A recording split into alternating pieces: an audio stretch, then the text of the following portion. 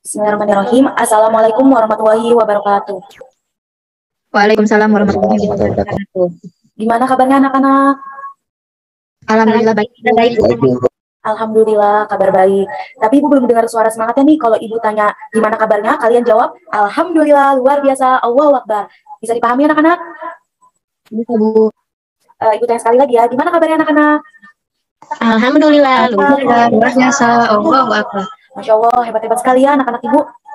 Nah, pada kali ini kita akan memulai pembelajaran. Sebelumnya, sebelum kita mau belajar, alangkah lebih baiknya kita memulai pembelajaran kali ini dengan membaca ayat Al-Basmalah.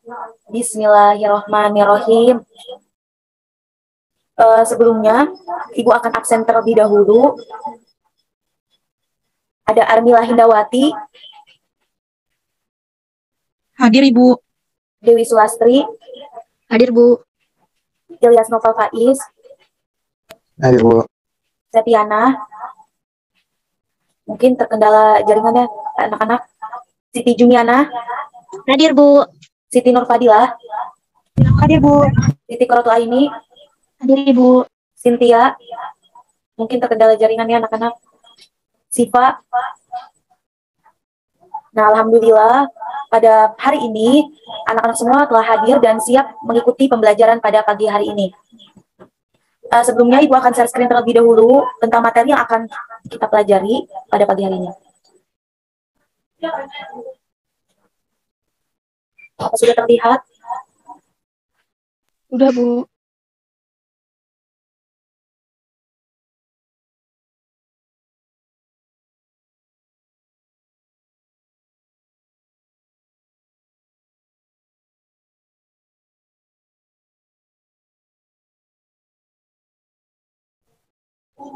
Nah, langsung saja.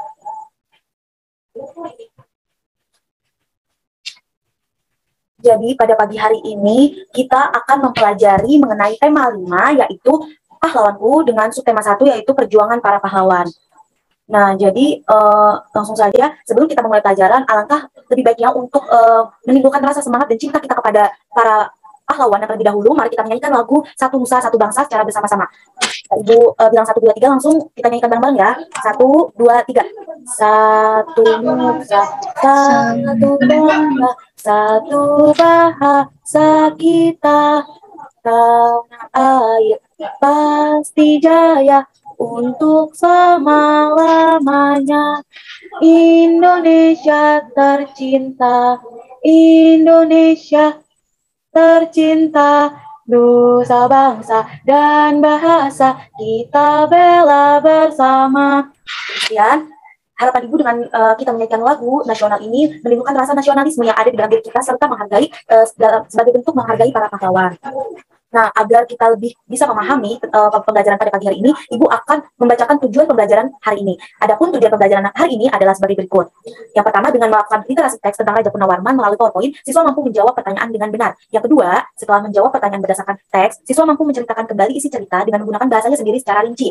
Yang ketiga, dengan menganalisis gambar pada PowerPoint, siswa mampu mengidentifikasi peninggalan kerajaan di masa Hindu, Buddha, dan Islam dan pengaruhnya di wilayah setempat dengan menggunakan peta pikiran. Yang keempat, setelah melakukan percobaan tentang cahaya, siswa mampu menyimpulkan sifat-sifat cahaya dan hubungannya dengan penglihatan dengan benar. Yang kelima, setelah melakukan percobaan tentang cahaya, siswa mampu menulis laporan dengan rinci dan benar.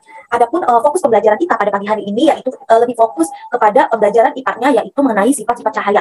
Adapun nanti kalian akan diberikan tugas di akhir melalui sedikit project atau percobaan untuk membuktikan salah satu sifat-sifat cahaya. Lebih detailnya nanti akan dijelaskan. Nah, sekarang kalian perhatikan peta konsep di bawah ini. Peta konsep pada di bawah ini menggambarkan bahwa sifat-sifat cahaya itu terbagi menjadi 4. Ada yang pertama merambat lurus, artinya cahaya itu dapat merambat lurus. Yang kedua, cahaya itu dapat dipantulkan. Yang ketiga, cahaya itu dapat menembus benda ini. Dan yang terakhir, cahaya itu dapat dibiaskan. Nah, sampai sini terlebih dahulu apakah ada yang ingin ditanyakan atau sudah jelas? Bagaimana anak-anak?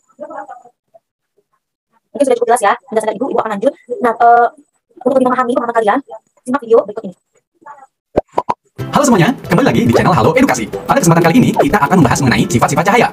Cahaya adalah energi yang berbentuk gelombang elektromagnetik. Cahaya kasat mata dan memiliki panjang gelombang 380 sampai 750 mm. Cahaya merupakan energi yang sangat penting untuk segala makhluk hidup di bumi.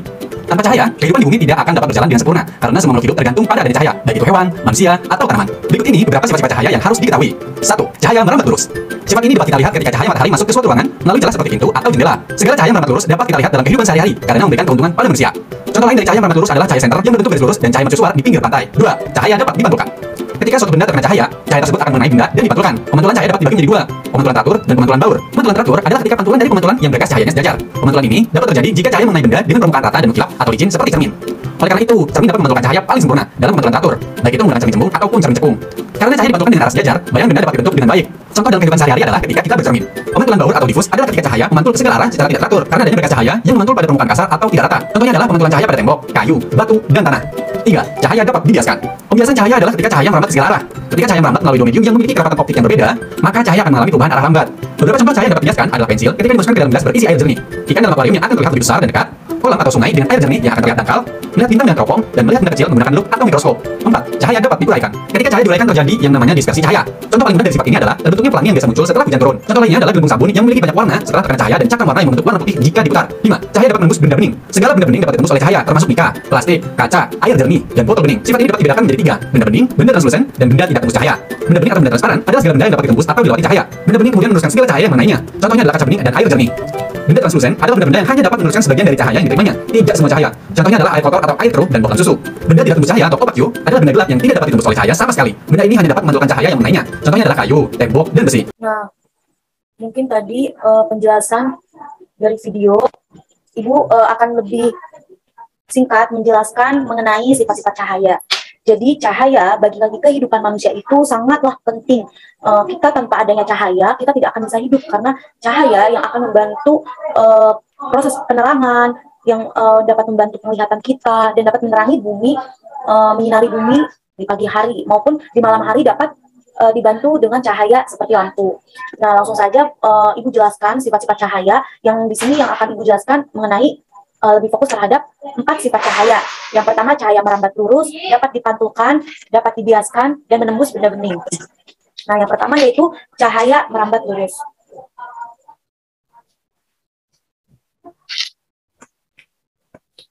Pada pagi hari, apakah matahari itu sudah menyinari rumahmu?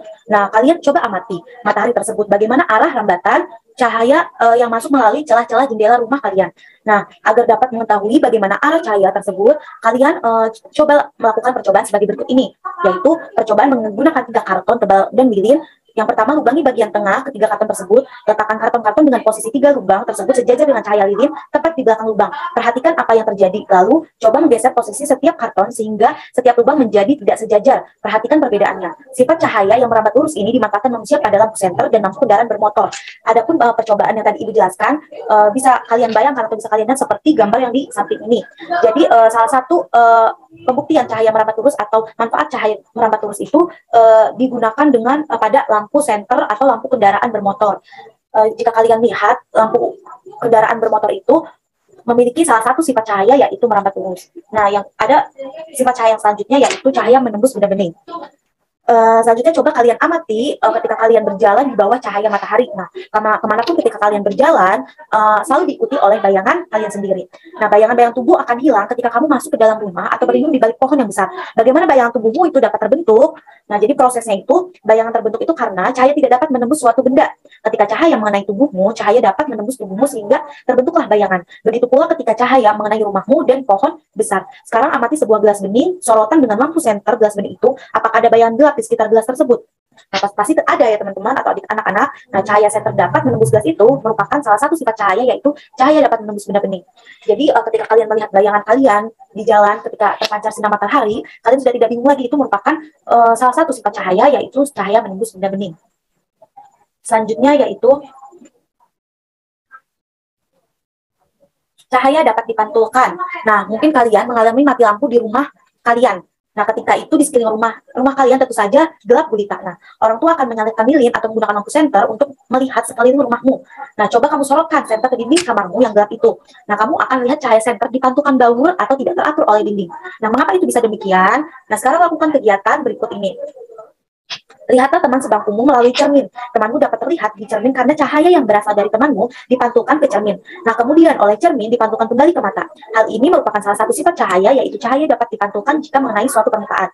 Nah, ketika cahaya mengenai permukaan yang licin, seperti cermin datar, cahaya akan dipantulkan. Cermin datar akan memantulkan sinar pada satu arah saja. Pemantulan cermin ini disebut pemantulan teratur. Akan tetapi jika cahaya mengenai permukaan yang kasar, pantulan cahaya akan terhambur ke segala arah. Nah, pemantulan yang seperti ini disebut pemantulan baut. Nah, jadi kalian sekarang sudah tidak bingung lagi kenapa ketika kalian bercermin di kaca atau di cermin, kalian bisa melihat bayangan atau muka kalian. Nah, itu merupakan salah satu sifat cahaya, yaitu cahaya dapat dipantulkan. Yang terakhir yang akan Ibu jelaskan yaitu cahaya dapat dibiaskan. Nah, amatilah ketika kamu minum dengan gelas menggunakan sedotan plastik. Nah, sedotan plastik tersebut terlihat seperti patah dan lebih pendek. Mengapa hal ini itu bisa terjadi? Nah, bidang pantul atau bidang bias merupakan bidang pembatas antara dua medium yang dapat memantulkan atau membiaskan cahaya. Nah, garis normal merupakan garis yang dibuat tegak lurus dengan bidang pantul atau bidang bias. Yang ketiga, sudut datang merupakan sudut yang dibentuk oleh sinar datang dan garis normal. Yang terakhir, sudut bias merupakan sudut yang dibentuk oleh sinar bias atau garis normal.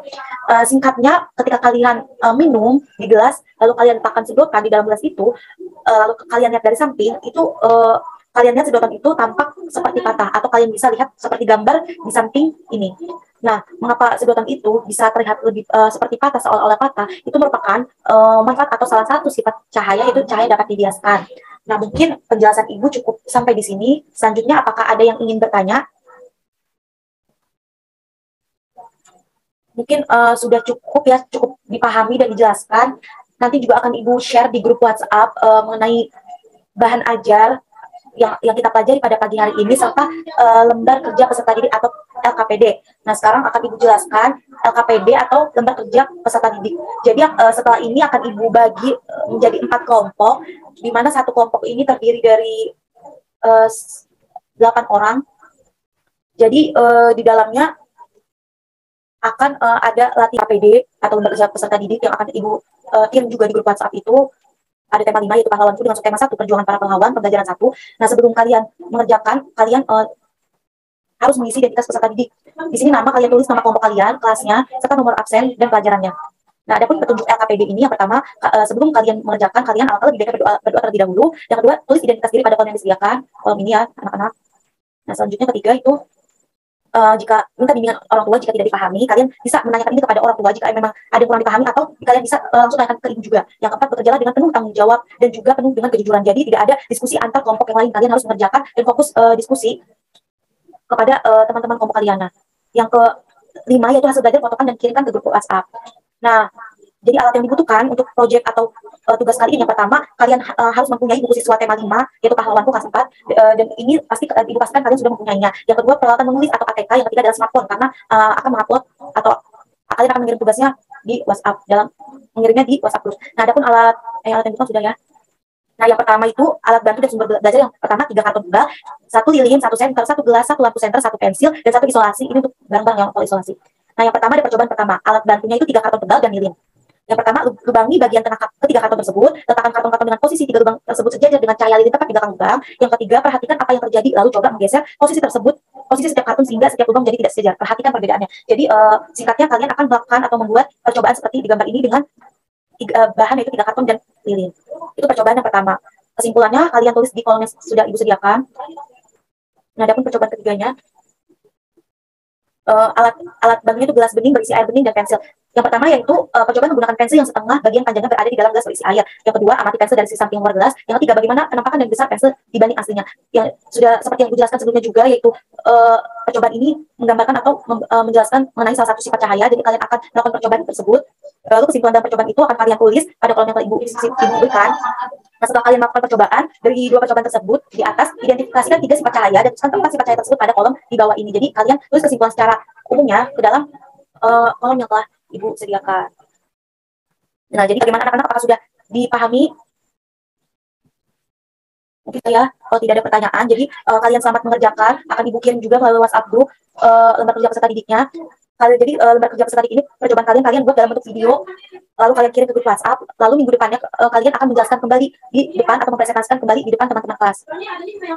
Nah, karena di ujung pembelajaran, Ibu harap kalian dapat memahami pembelajaran yang sudah dijelaskan. Jika memang sudah ada beberapa pelajaran yang belum kalian pahami, kalian dapat menghubungi ibu atau bertanya secara langsung kepada ibu, bisa melalui WhatsApp grup atau bisa bertanya secara langsung ke ibu. Nah, karena waktunya sudah sebentar lagi atau sebentar akan habis, mari kita tutup pembelajaran kali ini dengan membaca ayat Alhamdulillah. Alhamdulillahirabbil alamin. Wassalamualaikum warahmatullahi wabarakatuh. Waalaikumsalam warahmatullahi wabarakatuh. Terima kasih anak-anak, silakan boleh live dari Zoom ini. Ya Ibu, sama-sama.